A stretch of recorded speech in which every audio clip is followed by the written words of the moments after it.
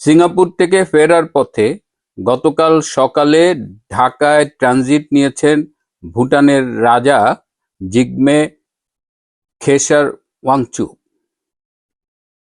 তিনি কেন ঢাকায় ট্রানজিট নিলেন?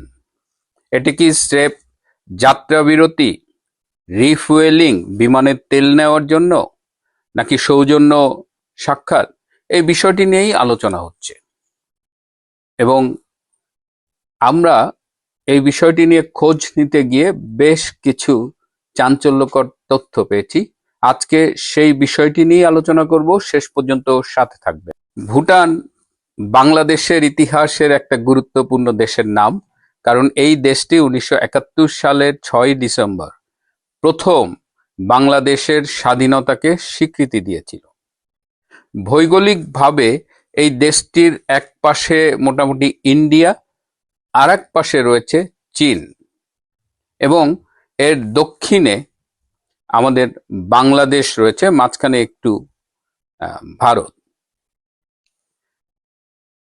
ভারতের সাথে ভুটানের ঐতিহাসিক বন্ধুত্বপূর্ণ সম্পর্ক রয়েছে। চীনের সাথেও ভুটানের একটা কৌশলগত সুসম্পর্ক রয়েছে। মার্কিন যুক্তরাষ্ট্রের সাথেও ভুটানের সম্পর্ক ভালো। এই কথাগুলো বলছি আজকের আলোচনাটাকে বুঝবার জন্য, কারণ গতকাল সকালে 1 ঘন্টা একটি বৈঠক হয়েছে ঢাকা আন্তর্জাতিক বিমানবন্দরে। তিনি যখন যাত্রা বিরতি নিয়েছিলেন, সেখানে বাংলাদেশের পক্ষ থেকে তাকে অভ্যর্থনা জানান বাংলাদেশের নবনির্বাচিত রাষ্ট্রপতি জনাব মির্জা ফখরুল আলমগীর। তার সাথে আরও উপস্থিত ছিলেন বাংলাদেশের পররাষ্ট্রমন্ত্রী ডক্টর খলিলুর রহমান সহ বেশ কিছু উচ্চপদস্থ কর্মকর্তা। তিনি সিঙ্গাপুর থেকে এসেছেন। সাধারণত ড্রুক এয়ারের, যেটা ভুটানের এয়ারলাইন্স, সেটি ভুটানের পারো সিটি থেকে সিঙ্গাপুর যাওয়ার পথে গৌহাটিতে থামে, আবার সিঙ্গাপুর থেকে গৌহাটি হয়ে পারোতে যায়। কিন্তু রাজা ড্রুক এয়ারের কোনো প্যাসেঞ্জার ফ্লাইটে কিন্তু আসেননি। গত বছর নভেম্বরে ভুটানে প্রথমবারের মতো একটি বিশেষ বিমান কেনা হয়। এটাকে ভিভিআইপি বিমান অনেকে বলে। এই বিমানটার কে বলে PC-24A5JUW। এই বিমানটার নাম্বার, ভুটানের রাজকীয় বিমান। এই বিমানে সাধারণত 7-8 জন যাত্রী ক্যারি করে এবং এই বছরের ফেব্রুয়ারি মাসে এই বিমানটি একবার বাংলাদেশে এসেছিল তারেক রহমান যখন শপথ গ্রহণ করে। তো যেহেতু প্যাসেঞ্জার ফ্লাইটে আসেনি, তো গতকাল 26 তারিখ সকালে এসেছে। 24শে অগস্ট ভুটানের পারো থেকে ঢাকা হয়ে সিঙ্গাপুরে এই বিমানেই রাজা গিয়েছেন এবং সিঙ্গাপুরে তিনি ল্যান্ড করেছেন দুপুর 3:11। রাজা 24 তারিখ ঢাকায় থামলেন, প্লেন থামলো এবং সিঙ্গাপুর গেল, কিন্তু তখন কিন্তু কেউ তাকে রিসিভ করতে যায়নি, আমরা কিন্তু জানতে পারলাম না। আজকে যখন এই গতকালের এই বৈঠক নিয়ে এপিসোড করব বলে একটু খোঁজ করছিলাম, তখন ফ্লাইট ট্রাক করে দেখলাম যে এই বিমানটি 24 তারিখে ঢাকা হয়ে সিঙ্গাপুর গেছে। রাজা 24-25 সিঙ্গাপুরে ছিলেন। এইবার আরো কিছু ইনফরমেশন দিতে চাই।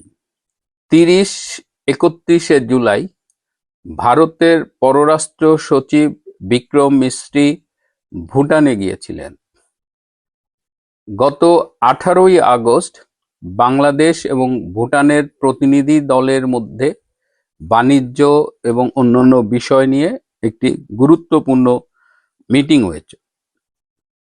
20 আগস্ট সিঙ্গাপুরে ভারতের 3 জন পূর্ণমন্ত্রী এবং একজন প্রতিমন্ত্রী সিঙ্গাপুর অথরিটির সাথে, সিঙ্গাপুরের কাউন্টার পার্টির সাথে গুরুত্বপূর্ণ মিটিং করেছেন। সেই মিটিংয়ে কিন্তু জয়শঙ্কর ছিলেন, পীযূষ গোয়েল ছিলেন, তাদের অর্থমন্ত্রী নির্মলা ছিলেন, আরেকজন স্টেট প্রতিমন্ত্রী জিতিন প্রসাদ ছিলেন।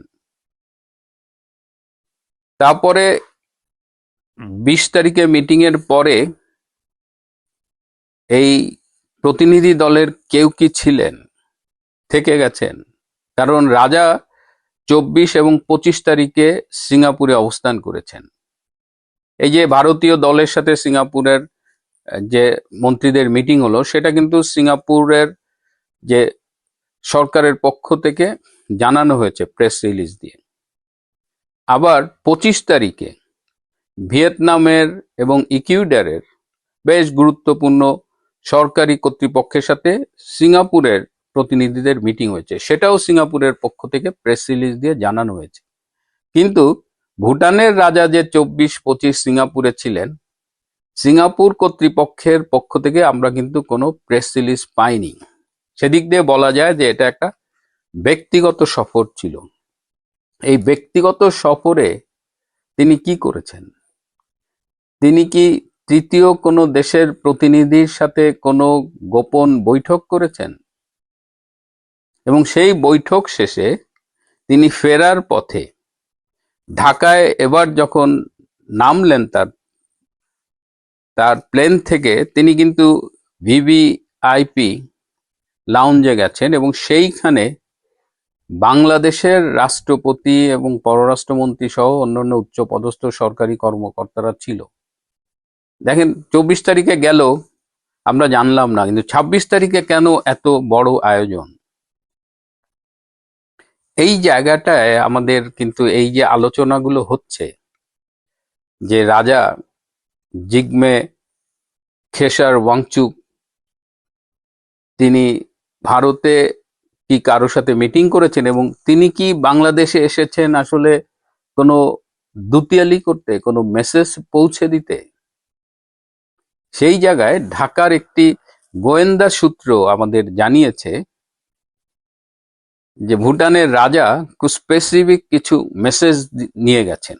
যদিও বাংলাদেশের মিডিয়া বলছে যে তারা বাণিজ্য, শিক্ষা, বিনিয়োগ, জিএমসি সিটি একটা, এবং বাংলাদেশে ভুটানের একটা এক্সপোর্ট প্রসেসিং জোনে একটা জায়গা আছে সম্ভবত কুড়িগ্রামে, সেই সব নিয়ে আলোচনা হয়েছে। কিন্তু বাংলাদেশের মিডিয়া তো এখন আর মানে বিশ্বাস করা যায় না।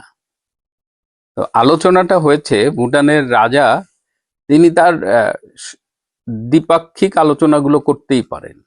এই বিনিয়োগ বলেন, এডুকেশন বলেন, বাণিজ্য বলেন, ইটস অল রাইট। কিন্তু তিনি এই বাংলাদেশ ভুটানের স্বার্থের পাশাপাশিও তিনি দিল্লি, বেজিং এবং ওয়াশিংটনের মনোভাবও বাংলাদেশকে জানিয়ে গেছেন।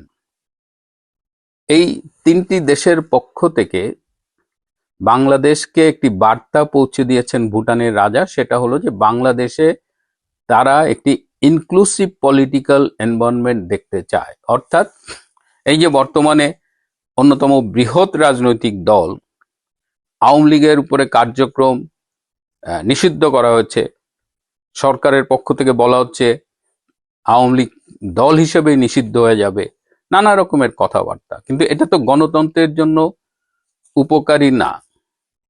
এবং ভারত অবশ্যই বুঝতে পারছে যে বাংলাদেশ যদি রাজনৈতিকভাবে অস্থির থাকে, অস্থিতিশীল থাকে, তাহলে এখানে জঙ্গিবাদ শুধু মাথা চাড়া দিয়ে উঠবে তা না, ভারতের নিরাপত্তাও হুমকির মুখে পড়বে।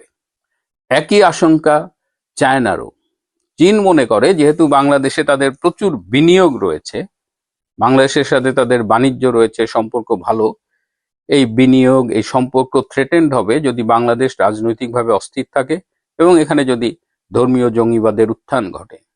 এই একই মনোভাব কিন্তু আমেরিকারও।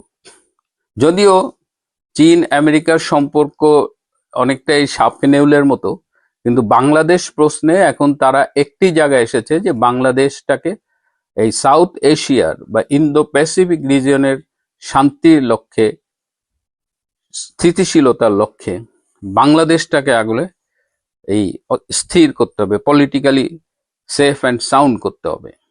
এবং সেই বার্তাটাই আসলে ভুটানের রাজা পৌঁছে দিয়েছেন। ভুটানের রাজা আরো একটি রিপোর্ট মির্জা ফখরুল আলমগীর এবং যে ডক্টর খলিলুর রহমান ছিল তাদের হাতে দিয়ে গেছেন। এই যে বাংলাদেশে যে ধর্মীয় উগ্রবাদ এবং জঙ্গিদের কার্যক্রম চলছে তার একটা বিস্তারিত রিপোর্ট। এর আগে আমরা দেখেছি ভারতের পক্ষ থেকে একটা রিপোর্ট দেওয়া হয়েছে, এবার ভুটানের পক্ষ থেকেও এরকম একটা রিপোর্ট দিয়ে বলা হয়েছে যে বাংলাদেশ সরকারের উচিত মানে প্রায়োরিটি কার্যক্রম হিসাবে এই জঙ্গিদের কার্যক্রম নিয়ন্ত্রণ করতে হবে। এছাড়া গত 17, 18, 19 এই 3 দিনে বাংলাদেশ থেকে বেশ কয়েকজন ভয়ঙ্কর জঙ্গি নেপাল হয়ে ভুটান গেছে এবং তাদের উদ্দেশ্য তারা ভারতে প্রবেশ করবে এবং ভারতে প্রবেশ করে তারা সেখানে নানা রকমের জঙ্গি কার্যক্রম করবে। That is there plan. তো এই ইনফরমেশনটাও কিন্তু ভুটানের রাজা বাংলাদেশকে জানিয়ে দিয়ে গেছে। সুতরাং এইটা স্রেফ একটা যাত্রা বিরতি ছিল না, স্রেফ বিমানের তেল নেওয়া বা রিফুয়েলিং ছিল না, এটা একটা খুব স্পেসিফিক বার্তা দিয়ে গেছেন ভুটান, এই মূলত ভারতের পক্ষ থেকে, এবং চীন এবং আমেরিকাও এই একই বার্তা তার মাধ্যমে বাংলাদেশকে পৌঁছে দিয়েছে। প্রিয় বন্ধুরা, আজ এ পর্যন্তই। ভালো থাকবেন, সুস্থ থাকবেন, তার চেয়েও জরুরি হলো নিরাপদে থাকবেন।